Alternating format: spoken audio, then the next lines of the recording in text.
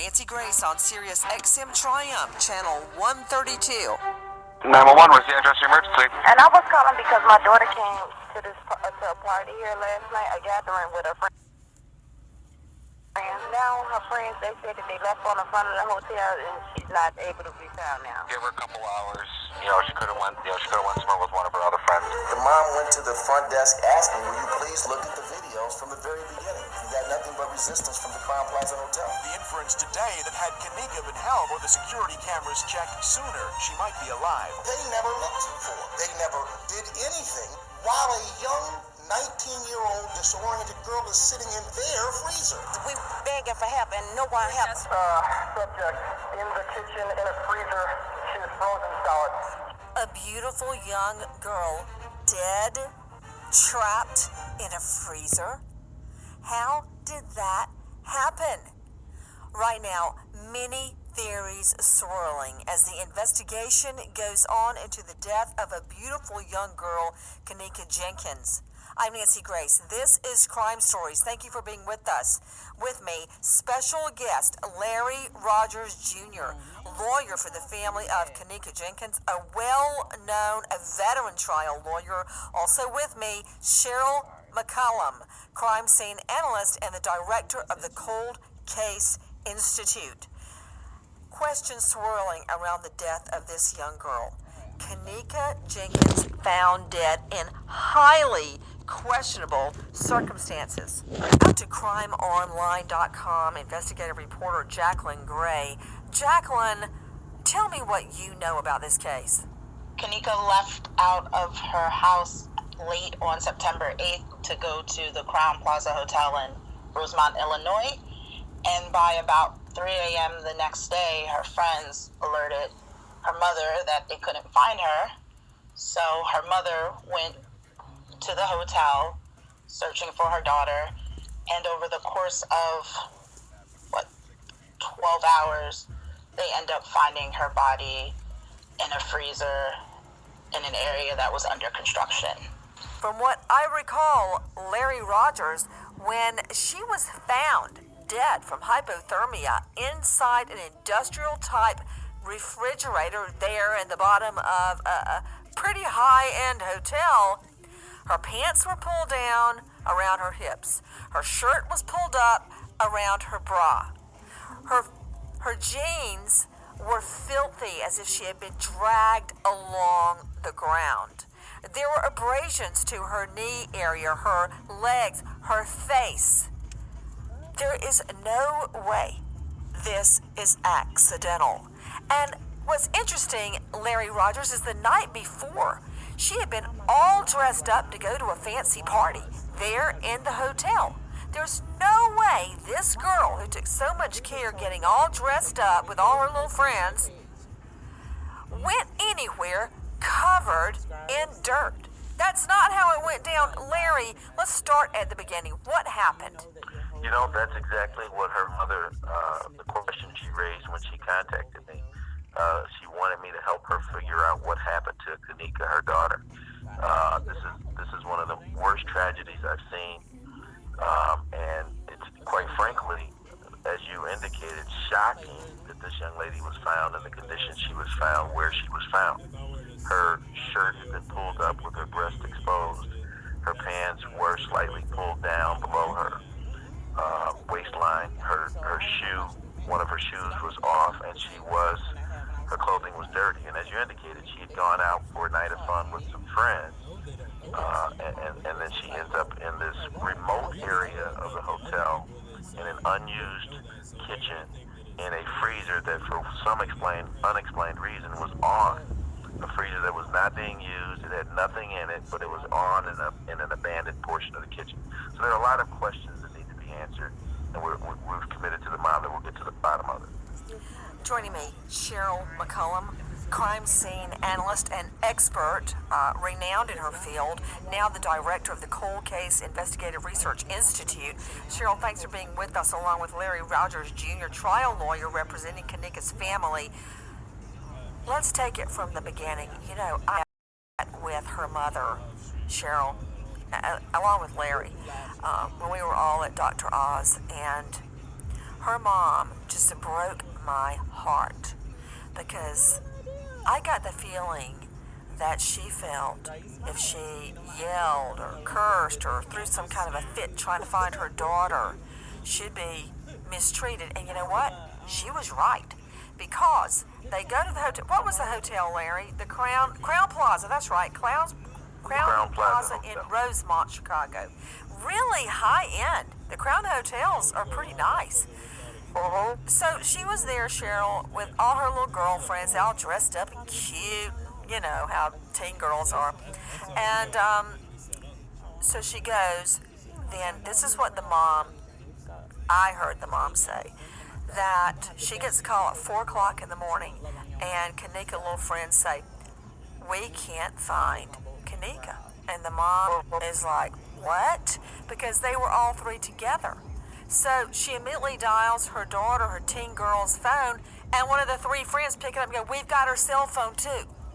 So the mom, they come get the mom. The mom comes over there. They totally blow the mom off. They ask to see the security video, which has got a huge security bank of video, Cheryl. They won't let them look at the video, and they won't start searching the hotel. They say basically, oh, she's out with friends. Now, this child has been described as drunk. She was not drunk. She was not, repeat, not drunk or high on drugs. That's not true. So they look and they look and they look.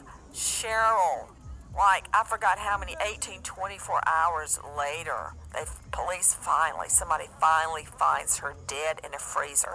You know, she could have been saved. You know that, right? Absolutely. If they had just looked at the crime, at the video surveillance, it shows her, and it shows where she was going to like a construction type unused area that completely abandoned. I don't know how she got down there because that Crown Hotel is like a maze. So what do you make of it now that I've given you the setup? Nancy, I took a little bit of time to really go over these crime scene photographs, and these are the things that jumped out at me. There's four main things. One, the shoe that's off. The shoe that is off of her body, the right experience that brief blackout. shoe. You can see blood on her foot. So that shoe was not taken off because her body started to heat up. She removed that shoe because she was injured. You can see the blood plain as day. The other thing that bothers me about her shoes is they're brand new. They are clean, they are white. I mean, she was excited about putting on this outfit, but there's some scuff marks on the shoe that they're going to have to explain to me. Specifically, they are scuff marks up near the ankle on the inside. That to me could very possibly be indicative of somebody being drugged. The other problem that I'm having is the pocket of her pants is turned inside out, like somebody went into her pocket. She wouldn't have done that. She would have corrected her pocket immediately if she had gone to look for a key or something like that. And then the other thing that's very telling to me, if you watch the video where she's walking in the kitchen area toward what looks like would be where the freezer is, even though there's no of that for some reason, her hair is straight. If you look at the crime scene photograph, her hair is now curly. Now, hold on. To Larry Rodgers Jr., lawyer for Kenneka Jenkins' family, do you remember what the mom told us, Larry? She said that she went to go and she wanted to see the crime scene and they wouldn't let her. Then she said she saw the body and she just looked at it. She said Kenneka's hair was a mess and she would never have done that. Yeah, this was a beautiful young girl. She, by all accounts, she was just having a night out with some friends. She was not a bad girl. She was working. She was a great young lady. Her mom had a great relationship with her. And a testament to that is the fact that when her friends told her they were missing, no one for one moment thought that she ever left that hotel.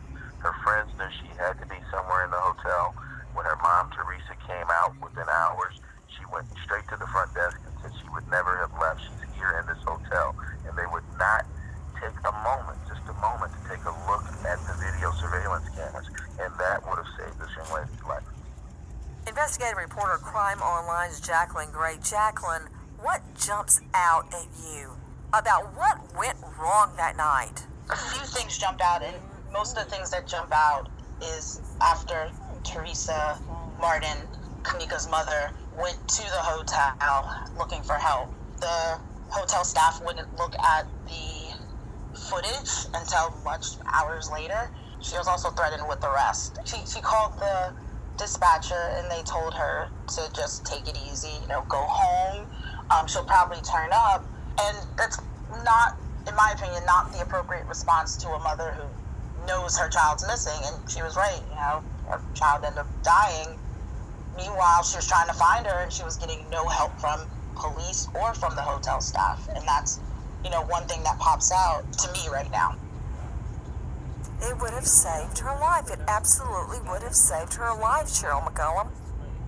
Nancy, there's no question about it. But I want to get back to the importance of her hair for a minute. Whenever I was on your show, sometimes y'all would occasionally straighten my hair. Well, I've got naturally curly hair. The minute there was any humidity, any moisture, my hair would revert back to being curly. That means her hair was either wet or she was sweaty. Something happened to make her hair go back curly, Nancy. That is not somebody that went into a freezer, passed out, and froze to death. That's not what happened here. And you don't have to look any further than her hair to know that. And something else that needs to happen, unless they already know, because I haven't seen the photograph, it doesn't appear that there's scuff marks on the inside of that door where she would have been kicking it trying to get out. I don't see any marks like that. Her fingernails are still intact. There's so many questions surrounding this case for me, Nancy. It is horrifying. Newly released surveillance video shows Kenneka stumbling in the hallway. She got lost within the hotel, and then we later discover apparently someone had slipped a very dangerous drug. Cheryl McCollum, is called topiramate, and it is an anti-seizure drug. It is also a pain drug, and it can make you very, very disoriented. This little girl had never in her life been caught with drugs, been alcohol, nothing like that in her life. This was a good student. Her mother depended on her. She had a job, the works. Very, actually, I don't want to say a loner because that has a bad connotation. She reminds me a lot of my little girl, Lucy. She's very, very shy. Cheryl, any night I say, hey, do you guys want to go out to dinner? John David's all like, yeah, Mom, let's go for tacos, and then we'll go to frozen yogurt. And Lucy's like, I just want to go home. No matter how I try to tempt them, that she always wants to come home. That She really was a sweet girl. Yeah, her mom convinced me, and the sister that I talked to also, she was a real little homebody. And I just don't see it, Cheryl. I don't see it at all. I don't see it either, Nancy. And I'll tell you something else that really concerns me. As you know, I've got 2 teenagers now. And to get them away and separate them from a cell phone takes an act of Congress, practically. The fact that she was somehow separated from her cell phone concerns me greatly. She would not have done that. And that means she had no way to call for help, even if she were watching. Cheryl, I left something out. To Larry Rodgers Jr., renowned lawyer that's representing Kenneka Jenkins' family. So the mom comes to the hotel. They won't let her look at the security video. They won't look at the security video. Finally, some of the kids that were at the party, they have cell phone pictures of Kenneka before that night, and they start going from door to door, begging people, have you seen her, have you seen her? Do you know what they do? They throw the family out. They kick them out and call police on the family. Hello? Is that right, Larry? They did not take their pleas for assistance and for help. Even just looking at the cameras were ignored, and they got desperate. They were looking for her. They knew that she was not the type of young lady that would have left the hotel. They knocked on doors. Someone even pulled a fire alarm. And the only wait. Tell us that part. Tell us that part. They were so desperate to find her, and nobody was helping them. Tell Cheryl what happened, Larry Rodgers. Yeah, one of the young people pulled the fire alarm because they felt she was somewhere in the hotel. They didn't know if she was in the room and someone had abducted her or exactly what had happened. And that's the only thing that really prompted the beginnings of an investigation by the Rosemont Police Department. They finally came out and said, what's really going on here? And that's really what prompted. So a lot of credit has to be given to this family and to these young people knowing Kenneka and knowing that she would not have left that hotel. If their pleas had only been heard by the hotel staff, this young lady would be alive today. Well, I'm telling you, it's a sorry day. It is a sad day, Cheryl, when you can't get any help and you have to pull the darn fire alarm to get someone to pay attention to you, trying to say, your daughter is missing and she's somewhere in this hotel. Can you help me find her? They had to pull the fire alarm. Now listen to this timeline, and correct me if I'm wrong, Larry Rodgers, because you know the timeline better than me. This teen girl was seen leaving the elevator alone, which she had not left alone. She was with a little girlfriend to start with. At 3:20 a.m., somebody, somewhere, had slipped her topiramate, okay? Which is not a street drug. All right, nobody in her family has ever had topiramate. It's a seizure medication. And she is just struggling to even keep her balance, and you see her. I don't know where the security guards were at the Crown Plaza Hotel, but they sure were not looking at the security bank because she can hardly walk. She's falling into the walls, and this is not from being drunk. She then is spotted somehow down in this maze of a kitchen there beneath the Crown Plaza Hotel, and she gets somehow to a completely abandoned area that has not been locked off for people to come into. Then there's no camera that shows how she got put into that freezer. But we know somewhere something went wrong. Her hair is a mess. There's blood on her foot. Her pants are pulled down. Her shirt is pulled up. Everything is askew. There's no scuff marks, nothing to show she tried to get out. I don't quite understand it, but the whole thing was she spotted at 3:20 a.m. or should have been spotted on the security video. That's what it shows now that we've gotten a chance to look at it. Do you know when they finally told police? They were on the phone with the mom at 4 a.m. We can't find Kenneka. 1 p.m. that day. That almost 12 hours passed. No, actually, it was more like 21 hours. It was the next morning that they finally located her. Oh, yeah. It was. By the time they found her, she goes missing at 3:20 a.m. It was after 1 a.m. she's found dead. All that time, Cheryl, the mom was begging for help, couldn't get anybody to listen. Let me pause right now in our search for justice in this case and thank our partner who is making our investigation possible today on Sirius XM 132. It's LegalZoom. As a business owner, you know how important it is to keep things moving forward. But so many times things pop up, issues come up that take your time and focus away from growing your business. When it comes to reviewing contracts, registering trademarks, staying current on fees and permits, hiring, applications, the works, LegalZoom.com can simplify your life. LegalZoom was created 16 years ago by the brightest minds in law and technology. And as of today, they have already aided over 2 million business owners, helping them easily and affordably navigate their way through the legal system with independent lawyers. Take pressure off yourself. Go to LegalZoom.com, independent lawyer, for making our investigation into the death of Kenneka Jenkins possible today. With me is veteran trial lawyer Larry Rodgers Jr. and director of the Cold Case Institute, Cheryl McCollum. Jacqueline Gray, crime online investigative reporter. What more can you tell me? My whole issue I was having while I was writing about this and reading about it was why was she down there? You know, it was an under construction area.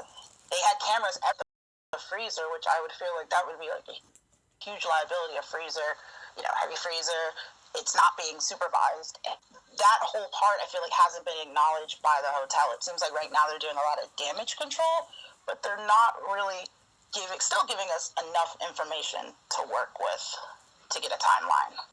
Out of the 46 or so cameras that they had, surveillance cameras that they had there on the premises, there are two significant ones that would have captured her path toward this kitchen, and for some odd and strange reason, they're claiming those were not working. Just a lot of unexplained issues here with this case, and we want to get to the bottom of them. Nancy, I got to jump in here. As a crime scene investigator, I pull video from hotels all the time. All you have to do is type in the date and the time. It is all digital. It would have shown them immediately. It would not have taken 10 minutes, Nancy, to see her path and to follow it and go find her. Cheryl, this is making me sick. Cheryl, Larry, I know I told you. Larry knows the story. Cheryl, did I ever tell you when I was in Arizona, and of course I knew I'd be gone over 2 nights, so I took the children with me. They, at that time, were, I guess, 5. It was during the Jodi Arias trial. And we were staying in this high-rise hotel. And we were waiting for the elevator. And it was a big bank of elevators, like 10 elevators, 5 on each side. And we were waiting. And one opened at the far end. And I said, that's not going the right way, guys. Honey, Lucy, at the last second, jumped on the elevator and it closed. I dove for it. I dove head first for it, Cheryl. I tried. I dove into the elevator and it closed just like in the movies. Cheryl, do you hear what I'm saying? There was me and John David and I, and Lucy lost in an elevator, and it was one of those fancy elevators. I couldn't tell what floor she got off at anything. Oh, dear Lord in heaven. I immediately went to the lobby, screaming my head off.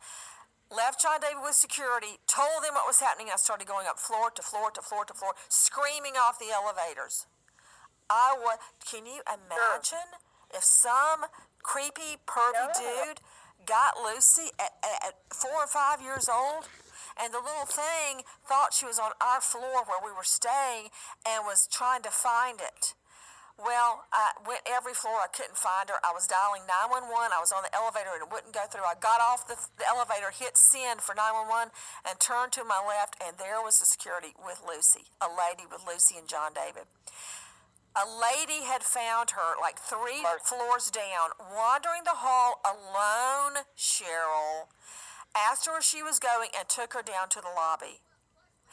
What I experienced in that 20 minutes, I never want to think about again. And that's what this mom has been living through ever since this happened, Cheryl. Inexcusable. And according to the lawyer with me right now, Larry Rodgers says the hotel, quote, never checked, they never searched, they never did anything while a young teen girl was dying in their freezer.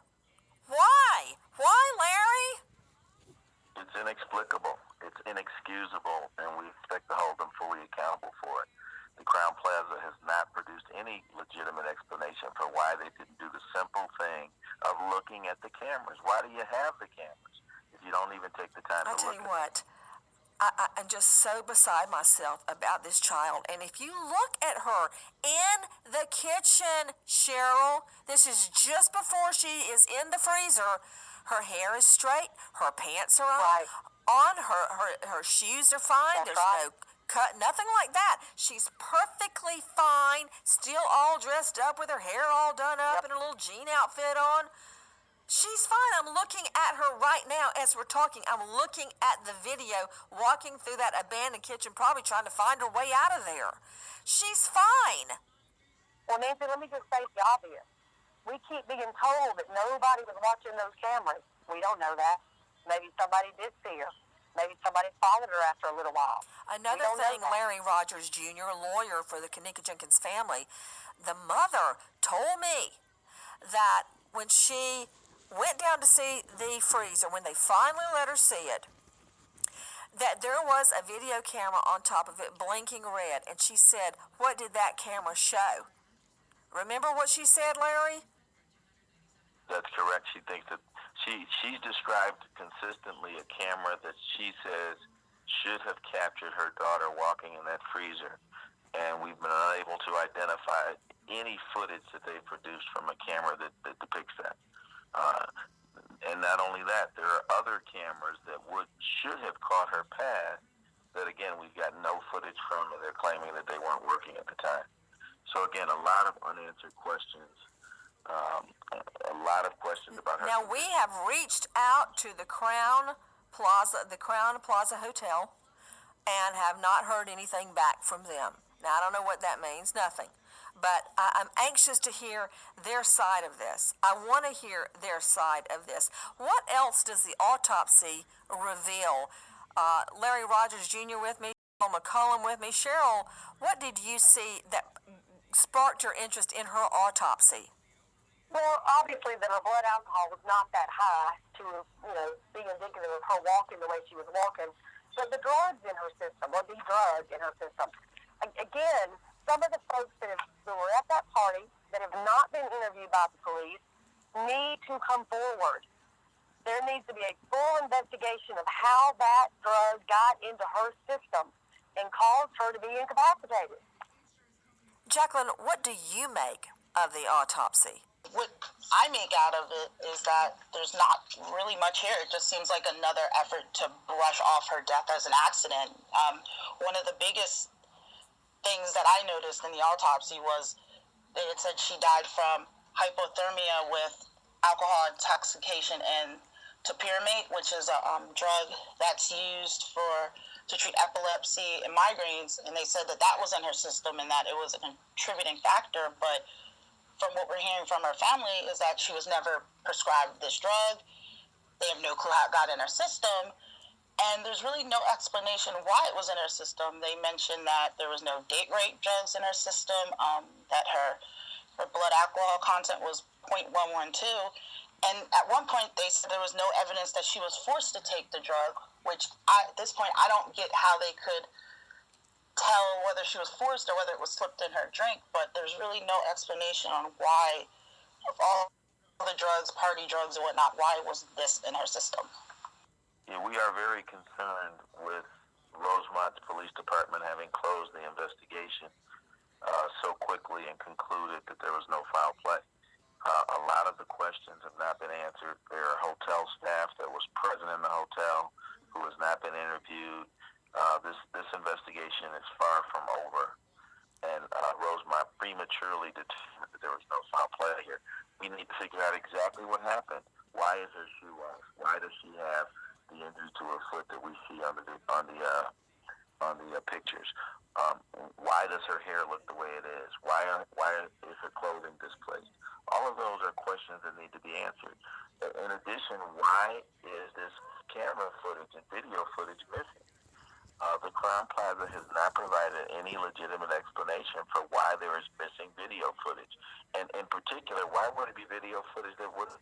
Yeah, and I don't understand why they wouldn't let them look at the video footage. Now, this is what they're saying now.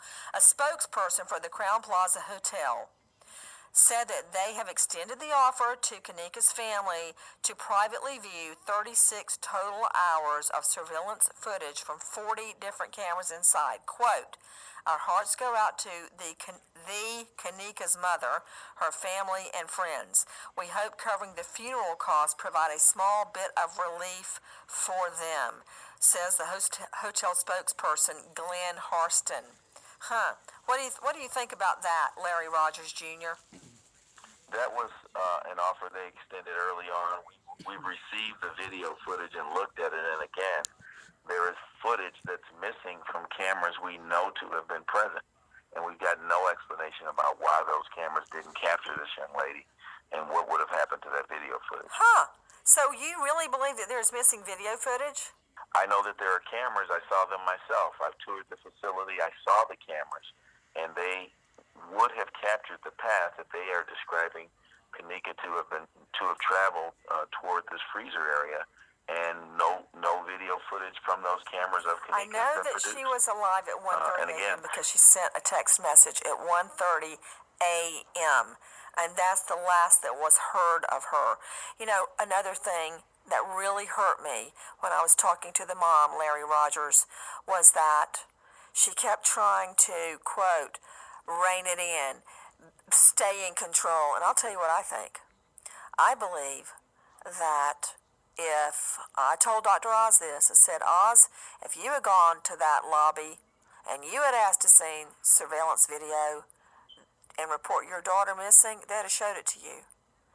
But I think that they totally discounted her because she was a woman, because it was late at night, because she's a minority, because the whole group was perceived as partying.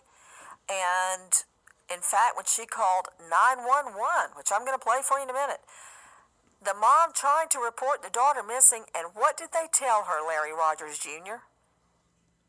They told her to give it a few hours. You know, this is a mom who knew her daughter. She got up out of her bed and went to the hotel. She knew that Kenneka would never have left the premises alone or with anyone voluntarily. And she went out there. She reported it to the Crown Plaza staff. They didn't help her. She called 911. Rosemont told her to give it a few hours. I want you to hear Kenneka's mom calling 911. Judge for yourself. 911, where's the address of your emergency? Yes, I'm at the Crown Plaza at O'Hare Airport, and I was calling because my daughter came to to a party here last night, a gathering with her friends, and now her friends, they said that they left on the front of the hotel, and she's not able to be found now. She's 19 years old. So what would you suggest? Well, again, the only thing I would suggest maybe just give her a couple hours. She could have went somewhere with one of her other friends. I mean, and who knows what her friends are saying is true. You know what I mean? Exactly. You could tell, not to be saying, you could tell it don't sound right. I'm a parent. I've been young before, and it's not sounding right. It don't sound right, period. That's why I came out here myself. So how long does it take for me to file a missing person report? Well, you can file it at any time. It just like I said, just give it a little bit of time. If you hadn't heard from her by, I want to say about 10, 11 o'clock, then by all means, give us a call again. You can come to the station, and we can help you out from there. Okay, thank you. Well, I'll do that. Okay, thank you so much. Okay. Sorry, guys. You're very welcome. Have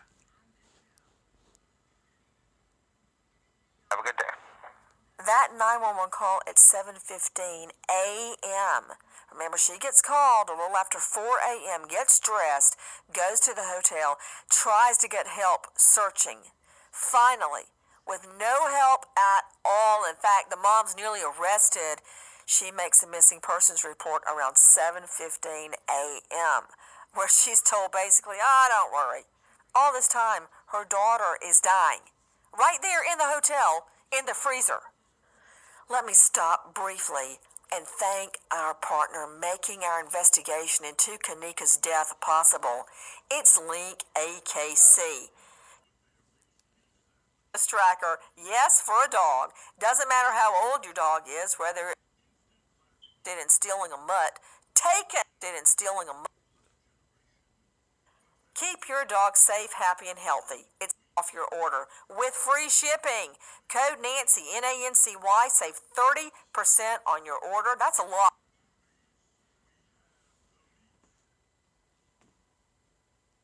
I've never heard that in my life, and I'm going to tell you again, the person that pulled the fire alarm is a hero. Who did pull the fire alarm? Larry Rodgers Jr.? I don't have the name of the individual, but it was one of the family or friends that were desperately looking for Kenneka throughout that hotel.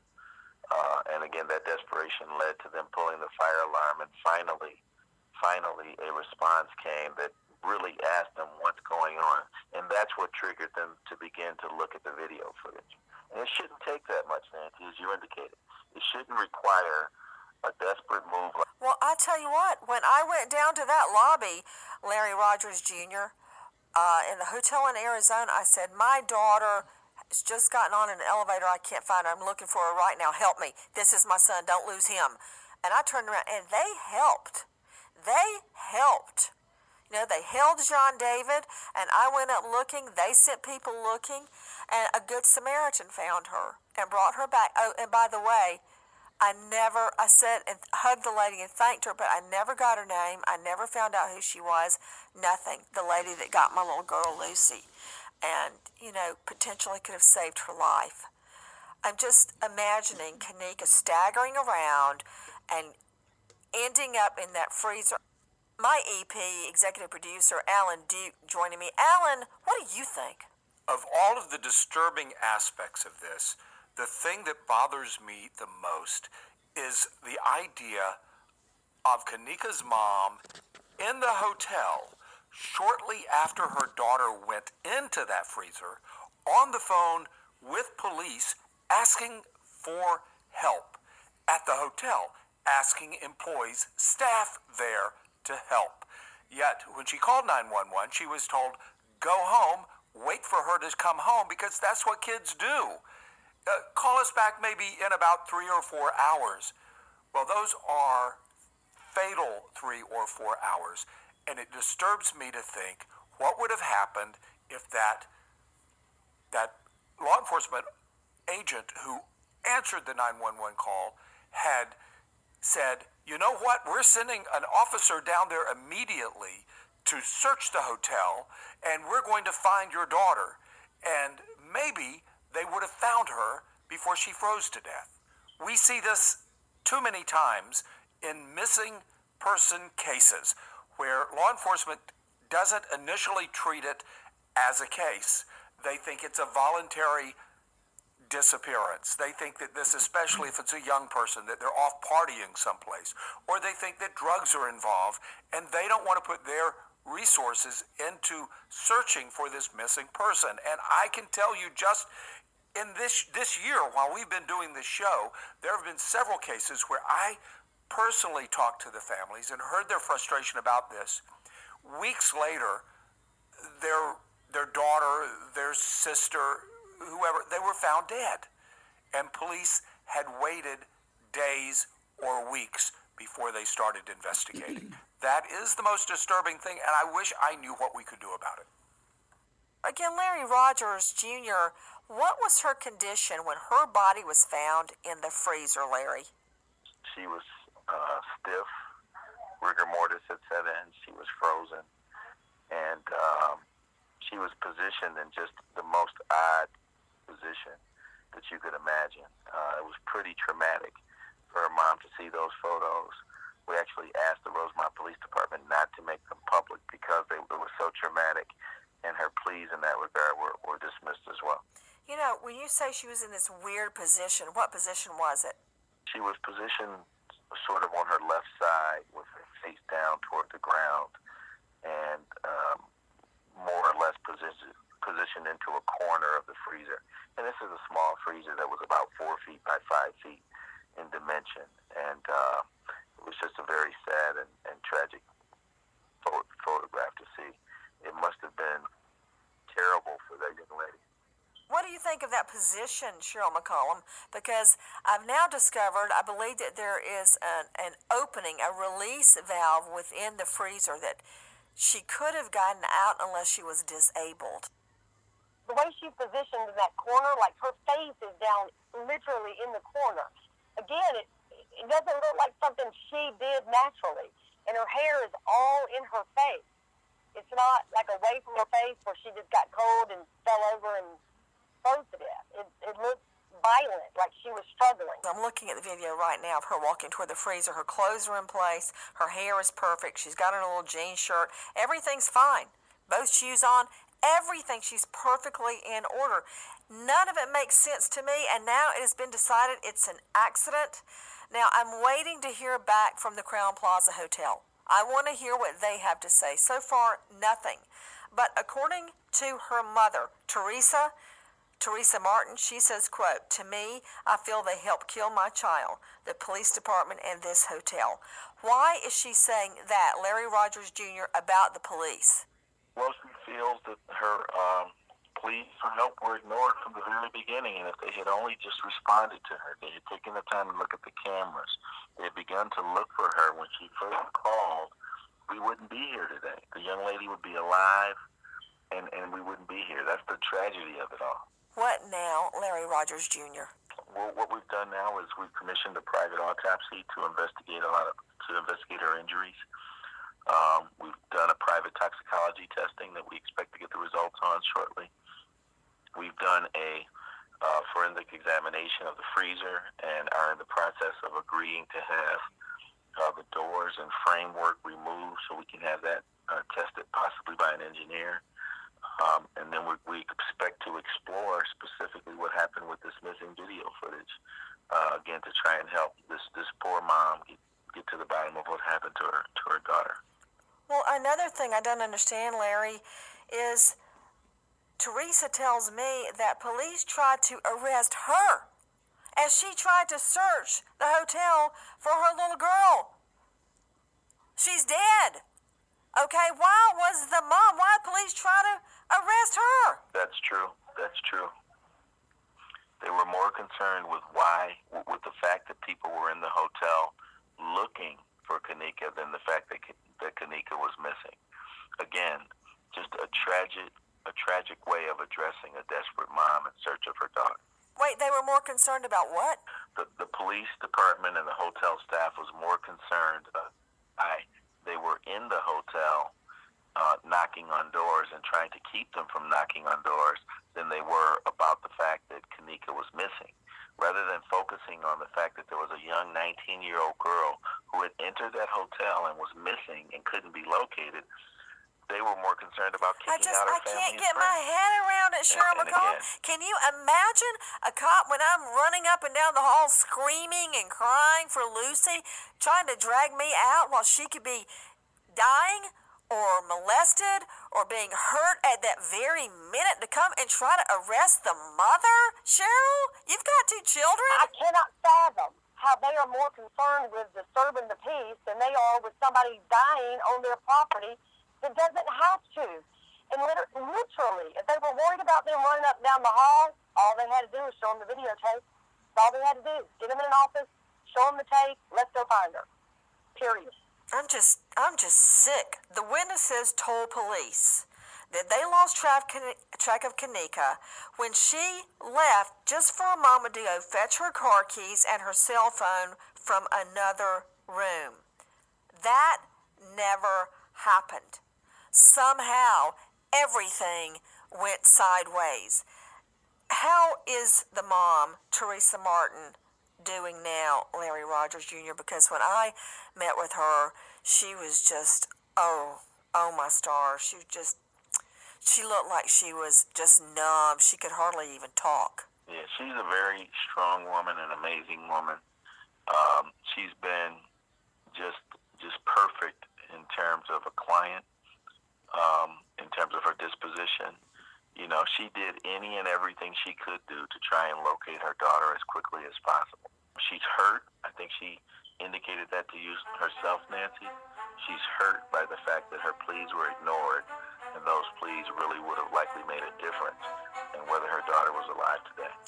With me is Larry Rodgers Jr., a veteran trial lawyer, the lawyer for Kenneka's family, and my friend and longtime colleague, Cheryl McCollum, director of the Cold Case Institute, and Alan Duke, of course, joining me from L.A. Our search for justice is not over. Nancy Grace, Crime Stories, signing off. Goodbye, friend.